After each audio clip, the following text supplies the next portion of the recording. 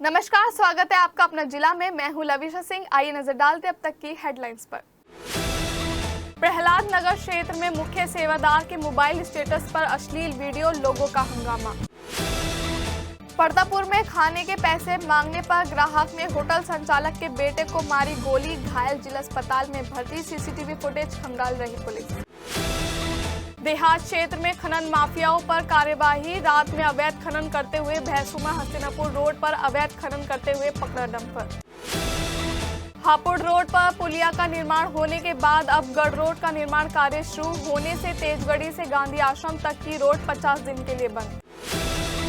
दरोगा ने पुतला फूंकने से रोका तो दरोगा की कैप ही उतार डाली। प्रदर्शनकारियों ने ममता बनर्जी का पुतला फूंकने आए थे हिंदू स्वाभिमान परिषद के लोग। 2 दिन के आंधी तूफान के बाद गर्मी का सितम शुरू, अप्रैल में ही 40 तक पहुंच जाएगा तापमान। पुलिसनामा में इस बार भैंसुमा थाने का गुड वर्क, अपने प्रेमी के साथ मिलकर अपने पति का कत्ल करने वाली रविता का किया पर्दाफाश और टीपी नगर थाना क्षेत्र बना स्मैक का बाजार। और संडे स्पेशल में मोटर घोटाला बोर्ड बैठक और आउटसोर्सिंग कर्मचारियों की समस्या के अलावा पांडव नगर का कम्युनिटी हॉल। और अब खबरें विस्तार से। लिसाड़ी गेट थाना क्षेत्र में गुरुद्वारे के प्रधान सेवादार जसपाल सिंह चावला के मोबाइल स्टेटस पर अश्लील फोटो देखकर पंजाबी समाज के लोगों ने विरोध किया और विरोध दर्ज कराने के लिए जैसे ही वो प्रहलाद नगर के गुरुद्वारे पर पहुंचे तो सेवादार और सेवादार के साथियों ने उन पर लाठी डंडों से हमला कर दिया। इसके बाद पीड़ित पक्ष लिसाड़ी गेट थाने पहुंचा और पुलिस कार्रवाई के लिए थानेदार से बात कही। समाज के लोगों ने वीडियो पुलिस को भी दिखाई। वहीं मुख्य सेवादार जसपाल सिंह चावला का कहना है कि उनका मोबाइल हैक हो गया था, किसी ने उनके मोबाइल पर अश्लील वीडियो डाल दी थी और वो वीडियो डिलीट कर रहे थे तो गलती से वीडियो स्टेटस पर लग गई। उन्होंने तत्काल ही स्टेटस से वीडियो डिलीट कर दी थी। वहीं लोगों ने जो तहरीर दी है उसके अनुसार सेवादार पक्ष के गुरप्रीत, सोनू और बंटी के साथ कई लोगों ने उन पर लाठी डंडों से हमला बोल दिया। इसके बाद सभी लोग इकट्ठा होकर लिसाड़ी गेट थाने शिकायत करने पहुंचे। इस मारपीट में कई महिलाओं और पुरुषों को गंभीर चोटें आई। कल रात को 1 बजे में कॉल आती है कि चावला सिंह जी ने एक वीडियो वायरल करी अपने स्टेटस पे। हम आज शाम को, मैं दिल्ली गया हुआ था, मैं शाम को आया हूँ, हम गुरुद्वारे सिर्फ बात करने गए हैं। वहां पर पहले से कुछ लोग आपस में बात कर रहे थे। हम वहां पर जब पहुंचे तो उन्होंने पहले हाथापाई शुरू करी हमारे साथ, फिर मेरे ऊपर जानलेवा हमला किया, मेरे पिताजी के ऊपर जानलेवा हमला किया, मेरी गर्दनें दबाई हैं 4 लोगों ने मिलके। मेरे को पूरी जान, मेरी एक ने क्या नाम था उसका, सोनू के भाई ने, विनय ने, इन तीनों ने मिलके मेरे को जान से मारा। गुरुद्वारे में हम गए हैं बात करने के लिए, एक गंदी और नग्न वीडियो डाली है चावला साहब ने। अच्छा। प्रधान जो बनता अपने आप को है नहीं प्रधान, लेकिन बना हुआ है, लेकिन ऐसी गंदी और नग्न वीडियो डाली है। उसके बारे में बात करने गए हैं कि बताओ ये क्या वीडियो है। तो वीडियो कहाँ पर, किस चीज पर डाली है? अपने फोन के स्टेटस पे डाली है। खाने के पैसे मांगने पर होटल संचालक के बेटे के पैर में ग्राहक ने गोली मार दी। मामला परतापुर थाना क्षेत्र के मोहद्दीनपुर दिल्ली रोड स्थित दीपक होटल का है। आरोप है कि सोमवार सुबह खाना खाने आए खटगड़ी के रहने वाले नागेंद्र से जब कैश काउंटर पर बैठे होटल संचालक के बेटे अमन द्वारा पैसे मांगने पर कहासुनी हो गई। आग बबूला हुए नागेंद्र ने अमन के साथ मारपीट शुरू कर दी। गुस्साए नागेंद्र ने पिस्तौल से अमन के पैर में गोली मार दी और फरार हो गया। बताया जा रहा है कि नागेंद्र कई बार अन्य होटल पर भी मारपीट और फायरिंग कर चुका है। जानकारी के बाद मौके पर पहुंची पुलिस ने घायल को जिला अस्पताल में भर्ती कराया और सीसीटीवी कैमरे के आधार पर आरोपी की तलाश की जा रही है। देहात क्षेत्र में खनन माफियाओं का हल्ला बोल है। रात के अंधेरे में खनन माफिया अवैध खनन करते हैं। खनन विभाग चेकिंग कर खाना पूर्ति करता है, लेकिन खनन माफियाओं के गिरेबान तक हाथ नहीं डाल पाता। वजह पता नहीं क्या है। अब एक बार फिर अवैध खनन करता डंपर पकड़ा गया है। हस्तिनापुर में आरटीओ मेरठ ने खनन माफिया का डंपर सीज करते हुए थाना हस्तिनापुर के सुपुर्द कराया। दरअसल आरटीओ करदम सिंह भैंसुमा हस्तिनापुर मार्ग पर ओवरलोड वाहनों की चेकिंग कर रहे थे, तभी अवैध खनन से जुड़े एक माफिया का खाली डंपर आता दिखाई दिया, जिसे रोका। आरटीओ ने चालक से जरूरी कागज मांगे तो उसने कागज नहीं दिखाया। उसके बाद आरटीओ ने डंपर सीज करते हुए थाना हस्तिनापुर की सुपुर्दगी में दे दिया। सूत्रों के अनुसार अवैध खनन कर रहा डंपर खनन माफिया ओमवीर भड़ाना का बताया गया, जिसने वन रेंजर खुशबू उपाध्याय की सख्ती के बाद हस्तिनापुर से अवैध खनन बंद करते हुए भैंसुमा को नया ठिकाना बनाया और भैंसुमा कस्बे के आसपास के गांव से मिट्टी का अवैध खनन का काम शुरू कर दिया। हापुड़ रोड पर निर्माण कार्य शुरू हो चुका है, जिसकी वजह से बिजली बम्बा बाईपास शाम 5 बजे से लेकर रात 11 बजे तक भारी वाहनों के लिए प्रतिबंधित है। उधर गढ़ रोड पर तेजगढ़ी से लेकर गांधी आश्रम चौराहे तक का जो रास्ता है उसे रविवार देर रात 50 दिन के लिए बंद कर दिया गया है। सौराब गेट की रोडवेज बसों को तेजगढ़ी से डाइवर्ट कर दिया गया है और सौराब गेट डिपो के पास ही बैरियर भी लगा दिए गए हैं। यातायात पुलिस ने यह निर्णय अनिश्चित समय के लिए लिया है। आपको बता दें कि गढ़ रोड पर नई सड़क और अंबेडकर कॉलेज वाली सड़क के बीच 2 स्थानों पर अब नाले की 2 पुलियाओं का निर्माण कार्य रविवार की रात को शुरू हो गया है। नगर आयुक्त सौरभ गंगवार ने गढ़ रोड को बंद करने के लिए एसपी ट्रैफिक को एक पत्र भेजा था। उसी का संज्ञान लेते हुए एसपी ट्रैफिक राघवेंद्र मिश्रा ने रविवार की रात से यातायात बंद करने का निर्णय लिया है। वैसे तो 50 दिन तक यह रास्ता बंद रहेगा, लेकिन अगर काम पहले हो जाता है तो रास्ता खोल दिया जाएगा। कमिश्नरी चौपले पर पुलिस उस वक्त बेबस नजर आई जब हिंदू स्वाभिमान के लोगों ने दरोगा की कैप उछाल डाली। बेबस दरोगा कैप मांगता हुआ नजर आया और हिंदू स्वाभिमान के कार्यकर्ता चूड़ियां और माला पहनाते हुए नजर आए। पुलिस के एक समझदार अधिकारी ने स्थिति को समझा और संभाला और किसी तरह दरोगा को उसकी कैप मिली। साथ ही 7 प्रदर्शनकारियों ने पुलिस को चूड़ियां भी भेंट की और हिंदू स्वाभिमान के कार्यकर्ताओं ने शुक्रवार की घटना का विरोध किया जब सचिन सिरोही को गिरफ्तार कर लिया था। हिंदू स्वाभिमान परिषद और गुरु गोरखनाथ कामधेन गोरक्षा सेवा समिति के संयुक्त तत्वावधान में हिंदू स्वाभिमान परिषद के राष्ट्रीय अध्यक्ष अमित भारद्वाज ने परिषद के पदाधिकारियों और सदस्यों के साथ कमिश्नरी चौराहे पर बंगाल के मुर्शिदाबाद में हुई हिंसा में हिंदुओं पर हुए अत्याचार और मुख्यमंत्री ममता बनर्जी के विरोध में धरना प्रदर्शन किया। इस दौरान परिषद के राष्ट्रीय अध्यक्ष अमित भारद्वाज ने कहा कि अगर बंगाल में हिंदुओं पर अत्याचार बंद नहीं हुए तो बंगाल की मुख्यमंत्री ममता बनर्जी की गर्दन काट देंगे। प्रदर्शनकारियों ने सामने पुलिसकर्मी बेबस दिखाई दिए। हिंदू स्वाभिमान परिषद के राष्ट्रीय अध्यक्ष अमित भारद्वाज ने कहा कि वक्फ संशोधन बिल के विरोध में बंगाल के कई इलाकों में हिंसा हुई। मुर्शिदाबाद में हिंसा के दौरान दंगाइयों ने हिंदू परिवारों को निशाना बनाया और हिंदू महिलाओं और युवतियों के साथ दंगाइयों ने अभद्रता की, लेकिन इसके बावजूद ममता सरकार मौन है। अमित भारद्वाज ने कहा कि हिंदू स्वाभिमान परिषद के सैकड़ों कार्यकर्ता बंगाल के लिए कुछ कर रहे हैं और वहां पहुंचकर हिंदुओं को सशक्त करेंगे। प्रदर्शन के दौरान परिषद और समिति के सदस्यों और कार्यकर्ताओं ने ममता बनर्जी का पुतला फूंका, जिसे पुलिस कर्मियों ने प्रदर्शनकारियों से छीन लिया।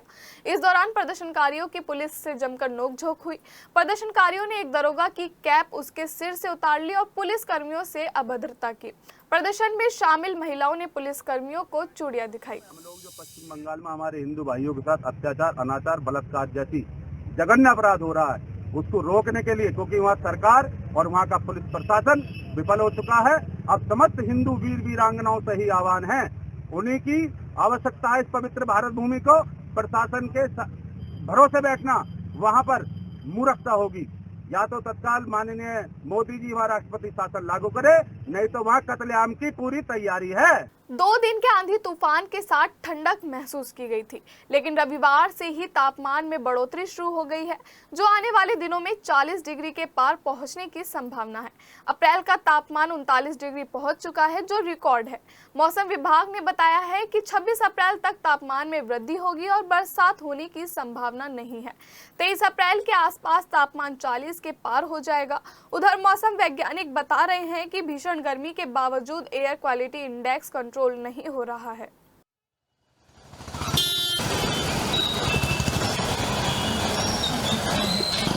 सरधना के मोहल्ला इस्लामाबाद में बाइक के लिए रास्ता मांगने पर दबंगों ने मिलकर युवक के साथ मारपीट कर दी। इतना ही नहीं, भाई को पीटता देख छुड़ाने आए दूसरे भाई के साथ भी जमकर मारपीट की गई। दोनों घायलों को सामुदायिक स्वास्थ्य केंद्र पर भर्ती किया गया, जहां से प्राथमिक उपचार के बाद उन्हें जिला अस्पताल रेफर कर दिया गया। घटना के बाद से पीड़ित परिजनों में आक्रोश है। उन्होंने पुलिस से शिकायत कर कार्यवाही की मांग की है। शिकायत करने पहुंचे इब्दुर रहमान ने बताया कि 2 दिन पहले उनकी बेटी की शादी शादी हुई थी। शादी के बाद एक समारोह के लिए उन्होंने अपने बेटे खीजर को बुलावा देने भेजा था। आरोप है कि रास्ते में हुड़दंग मचा रहे दबंगों से उसके बेटे की बाइक को साइड नहीं दी। इतना ही नहीं, साइड मांगने पर आरोपियों ने उसके साथ मारपीट कर दी। सूचना के बाद भाई को बचाने पहुंचे दूसरे भाई साली के साथ भी पिटाई की गई। हालांकि मौके पर भीड़ इकट्ठा होते आरोपी भाग गए। परिजनों ने दोनों भाइयों को उपचार के लिए अस्पताल में भर्ती कराया है। वहीं घटना की शिकायत पुलिस से करते हुए कार्यवाही की मांग भी की है। 18 तारीख में मैंने अपनी बेटी की शादी की थी और उसकी दशहरी के लिए मैंने अपने बेटे को अपने ताऊ के यहाँ खबर देने के लिए भेजा। रास्ते में शाहिद बैरून सराय के अंदर रास्ते में शाहिद के बेटे की बारात जा रही थी, जिसमें वो हुल्लड़बाजी कर रहे थे और वहाँ उन्होंने साइड से रास्ता मांगा। रास्ते मांगने पे उन्होंने उसकी पिटाई की, गाली गलौज खिजर पुत्र इबादुर रहमान की। भावनपुर वार्ड 17 अब्दुल्लापुर के पास लगे शिया समुदाय के बोट को देर रात कार सवार शरारती तत्वों 2 युवकों ने कालीक से पोत दिया। बता दें, जिस वक्त बोट को पोत रहे थे वहां से गुजरने वाले ग्रामीणों ने उन्हें देख लिया और ग्रामीणों को सूचना दी। तभी ग्रामीण युवकों की तरफ भागे तो युवक अपनी कार में सवार होकर गंगानगर से होते हुए मीनाक्षीपुरम पहुंचे, जहां ग्रामीणों ने घेराबंदी करते हुए एप्सनोवा अस्पताल के सामने एक युवक को धर दबोचा, जहां पकड़े गए युवक अपने आप को वरिष्ठ भाजपा नेता अजीत चौधरी का पुत्र बताया। वहीं गुस्साए ग्रामीणों ने युवक को पुलिस के हवाले कर दिया और दोनों युवकों के खिलाफ लिखित प्रार्थना पत्र दिया। रविवार सुबह थाने पहुंचे भाजपा नेता ने थाना पुलिस पर दबाव बनाते हुए युवक को छुड़ाने का प्रयास किया, जहां थाना प्रभारी निरीक्षक कुलदीप सिंह का कहना है कि ग्रामीणों की तहरीर के आधार पर मुकदमा दर्ज किया जाएगा। वहीं भाजपा नेता ने ग्रामीणों पर भी तहरीर बदलने का दबाव बनाया है। मेरठ छावनी परिषद ने जामन मोहल्ला लालकुर्ती में खोल रखा है मौत का कुआं। पिछले 2 साल पहले नाले की पुलिया तोड़ी थी जो आज तक नहीं बनी, जो रोजाना लोगों को मौत की दावत दे रही है। छावनी परिषद मेरठ में जब से जाकिर हुसैन मुख्य अधिशासी अधिकारी बनकर आए हैं, तब से लोगों का जीना मुहाल हो गया है। जनहित के कार्यों से छावनी परिषद के अधिकारियों और कर्मचारियों ने बिल्कुल मुंह मोड़ लिया है। ना ही पुलियाओं पर मुंडेरिया है, ना ही क्षेत्रों में सफाई व्यवस्था है। हाँ, साहब के बैठने के लिए एसी की पूरी व्यवस्था है, जिसकी वजह से साहब अपने कार्यालय से बाहर नहीं निकलते हैं। ऐसे ईमानदार अधिकारी का क्या फायदा, जिसकी ईमानदारी ऑफिस तक या दिखावा मात्र हो, जिसका जनता को कोई भी लाभ नहीं मिले। ऐसा अधिकारी ईश्वर किसी भी छावनी परिषद को ना मिले। जनहित में जारी। भावनपुर थाना क्षेत्र के औरंगाबाद गांव में एक महिला की संदिग्ध परिस्थितियों में मौत हो गई। दरअसल भावनपुर थाना क्षेत्र के गांव औरंगाबाद के रहने वाले जाकिर ने बताया कि उनकी बेटी इकरा की शादी 6 महीने पहले जानी क्षेत्र के खेड़ी गांव के रहने वाले मूसा से हुई थी। इकरा 4 दिन पहले घर में शादी होने के चलते गाँव आई हुई थी, जिसकी देर रात मौत हो गई। वहीं सुबह होने पर कंट्रोल रूम को सूचना मिली कि इकरा की हत्या कर दी गई है, जिस पर सीओ सदर देहात श्री प्रताप सिंह भावनपुर पुलिस के साथ मौके पर पहुंचे। जांच पड़ताल करते हुए शव को पंचनामा भर पोस्टमार्टम के लिए भेज दिया है। सीओ सदर देहात का कहना है कि पीएम रिपोर्ट आने के बाद आगे की कार्यवाही की जाएगी। वहीं इकरा की मौत के बाद गांव में तरह तरह की बातें निकाल कर सामने आ रही हैं। हालांकि परिजनों का कहना है कि इकरा की मौत पेट दर्द होने की वजह से हुई है। कंकरखेड़ा शोभापुर फ्लाईओवर के चारों तरफ रजवाहे का पानी सड़कों पर कई फुट तक भर गया, जिससे शोभापुर फ्लाईओवर के चारों तरफ जाम की स्थिति बन गई। आने जाने वाले लोगों को दिक्कत परेशानी उठानी पड़ी। रोटा रोड क्षेत्र के रहने वाले दुष्यंत रोटा ने बताया कि सरधना क्षेत्र से आ रहे रजवाहे की सफाई नहीं होती है और लोगों ने रजवाहे के ऊपर आने जाने के लिए पुलिया बनाकर खड़ी कर दी है, जिनके नीचे कूड़ा इकट्ठा रहता है। और जब रजवाहे की सफाई नहीं हुई और उसमें पानी को छोड़ दिया गया, जिससे रजवाहे का सारा पानी सड़कों पर भर गया, जिससे यहाँ जाम लग गया और लोगों को आने जाने में दिक्कत परेशानी उठानी पड़ रही है। सिंचाई विभाग की लापरवाही लोगों को झेलनी पड़ रही है। क्या व्यवस्था है? हमारे मोदी जी का मिशन है कि स्वच्छ भारत मिशन, तो क्या यही स्वच्छ भारत मिशन बनाएगा ये प्रशासन?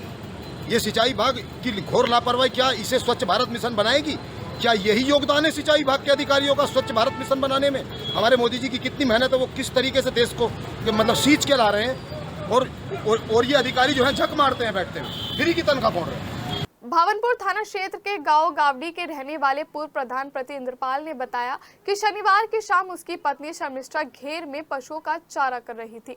जैसे ही वो पशुओं को चारा देने खोर के पास पहुंची, तभी चारे में से निकले एक जहरीले सांप ने उसे डस लिया, जिसको आनन फानन में परिजनों ने जिला अस्पताल में भर्ती कराया, जहां उनका इलाज चल रहा है। शास्त्री नगर के ब्लॉक में 3 दिनों से बिजली नहीं आने पर जनजीवन अस्त व्यस्त है। बीते दिनों देर रात तेज आंधी से पेड़ व बिजली का खंभा टूटकर गिर गया था, जिससे इलाके के एक हिस्से में बिजली गुल हो गई और 3 दिन बाद भी इलाके में बिजली नहीं आई है, जिसकी वजह से सोसाइटी के लोग काफी परेशानी का सामना कर रहे हैं। गर्मी इतनी भीषण है कि दोपहर का तापमान 36 डिग्री तक दर्ज किया गया है। ऐसे में बिजली ना आना एक बड़ी समस्या है। छोटे छोटे बच्चे व बुजुर्ग सभी का गर्मी से बुरा हाल है। तस्वीरों में आप देख सकते हैं कि किस तरह से छोटे छोटे बच्चों को हाथ के पंखों से हवा करके सुलाया जा रहा है। यहाँ तक कि बिजली कट की समस्या बच्चों की पढ़ाई में भी रोड़ा बन रही है। लोगों का कहना है कि कई बार शिकायत भी की, लेकिन बावजूद इसके कोई समाधान नहीं किया गया है। कर्मचारी आते हैं, सिर्फ देख कर चले जाते हैं। लोगों का कहना है कि बिजली ना आने की वजह से पानी की समस्या भी पैदा हो गई है। ना तो घरों के बर्तन धुले गए हैं और ना ही नहाने के लिए पर्याप्त पानी मुहैया हो पा रहा है। आक्रोशित लोगों ने चेतावनी देते हुए कहा, यदि हमारी समस्या का जल्द ही समाधान नहीं किया गया तो सभी लोग बिजली घर पहुंचकर प्रदर्शन करेंगे। लाइट नहीं आ रही, हमारे छोटे छोटे बच्चे हैं, हमारे घर पर खाना नहीं बन रहा, पढ़ने वाले मेरे बच्चे हैं। बताओ किस तरीके से मेरे बच्चे काम कंप्लीट करेंगे, कैसे जाएंगे स्कूल जब रात को नहीं सोएंगे, दिन में नहीं सोएंगे। गर्मी की वजह से मेरे 3 बच्चे हैं, तीनों बच्चे फर्श पे लिटा रखे, पंखा हिला हिला के मैं हवा कर रही हूँ पूरी रात। सभासद ने भी कोई हमारी कार्रवाई नहीं करवाई है। खूब कंप्लेंट कर ली हम लोगों ने, कोई हमारी सुनवाई नहीं कर रहा है। हम थक गए, बहुत ज्यादा परेशान हो गए। 3 दिन हो गए हम इतने परेशान हैं, अपने बच्चों को लेके धूप छांव में कहाँ जाएं, बताओ कहाँ डोलेंगे। रात भी पूरी रात हमने खरंजे पे काटी है, कल रात भी काटी है। बताओ छोटा मेरा ये बच्चा है छोटा, मैं कहाँ लेके जाऊँ इस बच्चे को, बताओ। इस समय उत्तर प्रदेश में जंगल राज चल रहा है। कानून व्यवस्था चरमरा गई है और दलितों पर अत्याचार की बाढ़ आ गई है। मेडिकल कॉलेज मेरठ में 11 वर्षीय मुखबधीर बच्ची को देखने पहुंचे तो प्रदेश सरकार पर तंज कसा। बता दें, रामपुर में 11 वर्षीय मुखबधीर बच्ची से हुए दुष्कर्म के मामले में सहारनपुर से कांग्रेस के सांसद Imran Masood LLRM medical college पहुंचे और मेडिकल में भर्ती पीड़ित बच्ची और उसके परिजनों से मिलकर जानकारी ली और हर संभव मदद का आश्वासन दिया। बता दें, इमरान मसूद ने उत्तर प्रदेश सरकार पर तंज कसते हुए कहा कि प्रदेश की कानून व्यवस्था पूरी तरह से चरमरा गई है। दलितों पर अत्याचार की घटनाएं बढ़ रही हैं और आने वाले समय में जनता जरूर सबक सिखाएगी। इस दौरान सांसद इमरान मसूद के साथ पूर्व जिला अध्यक्ष अवनीश काजला, महानगर अध्यक्ष रंजन शर्मा सहित कई कांग्रेस नेता मौजूद रहे। इसके बाद सांसद इमरान मसूद विनोद सोनकर, पूर्व महानगर अध्यक्ष जाहिर अंसारी शहर काजी के गुदड़ी आवास पर पहुंचे और शहर काजी के निधन पर शोक जताया। देखिए बहुत दुखद है और बच्ची है, बहुत मासूम बच्ची है, मासूम बच्चे के साथ जुल्म हुआ है और निश्चित रूप से समाज के लिए ये घटनाएं जो हैं बहुत ही दुखदाई हैं। और लगातार पिछले कुछ दिनों के अंदर आप उत्तर प्रदेश के अंदर प्रयागराज हो, बनारस हो, कासगंज हो या फिर रामपुर हो, ये इस प्रकार की घटनाएं ये आत्मा को झकझोरने वाली चीज है। मवाना के फलावदा से एक अजीबोगरीब खबर सामने आई है, जहां दुकानदार से 100 रुपए कम करने की बात कही पर 2 ग्राहकों पर चाकू से हमला कर उन्हें लहूलुहान कर दिया। फलावदा के मोहल्ला कानी पट्टी के रहने वाले रिहान और अब्दुल कादिर दोनों सगे भाई हैं। शनिवार देर शाम वो फलावदा बस स्टैंड पर कपड़े की एक दुकान पर कपड़े खरीदने गए थे।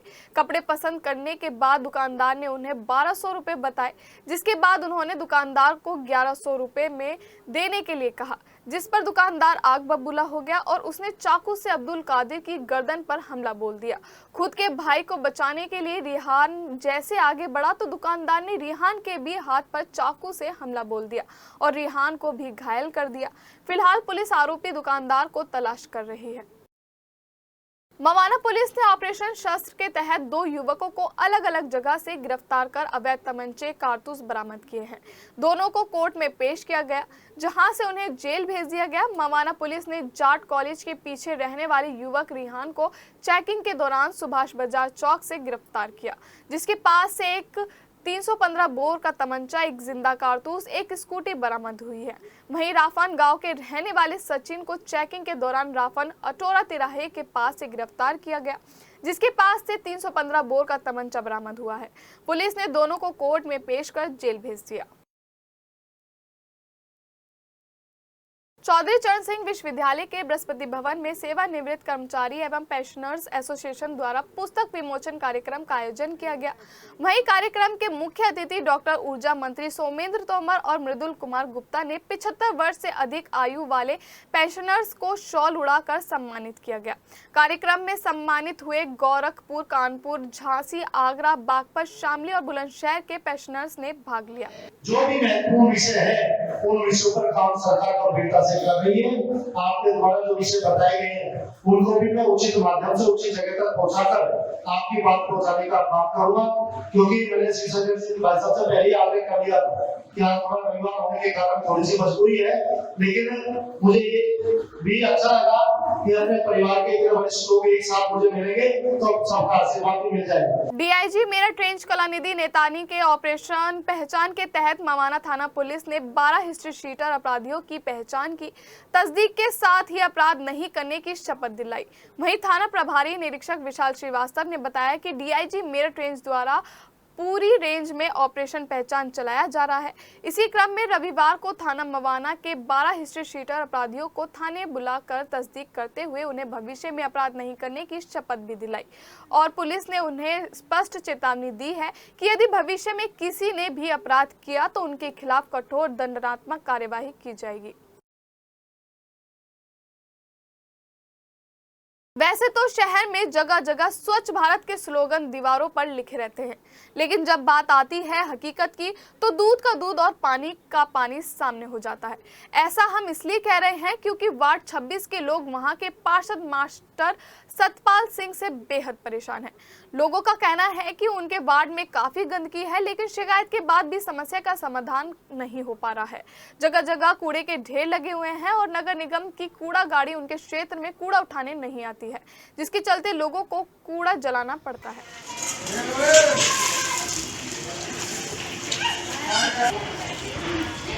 अपना जिला में फिलहाल इतना ही। हमें दीजिए इजाजत। नमस्कार।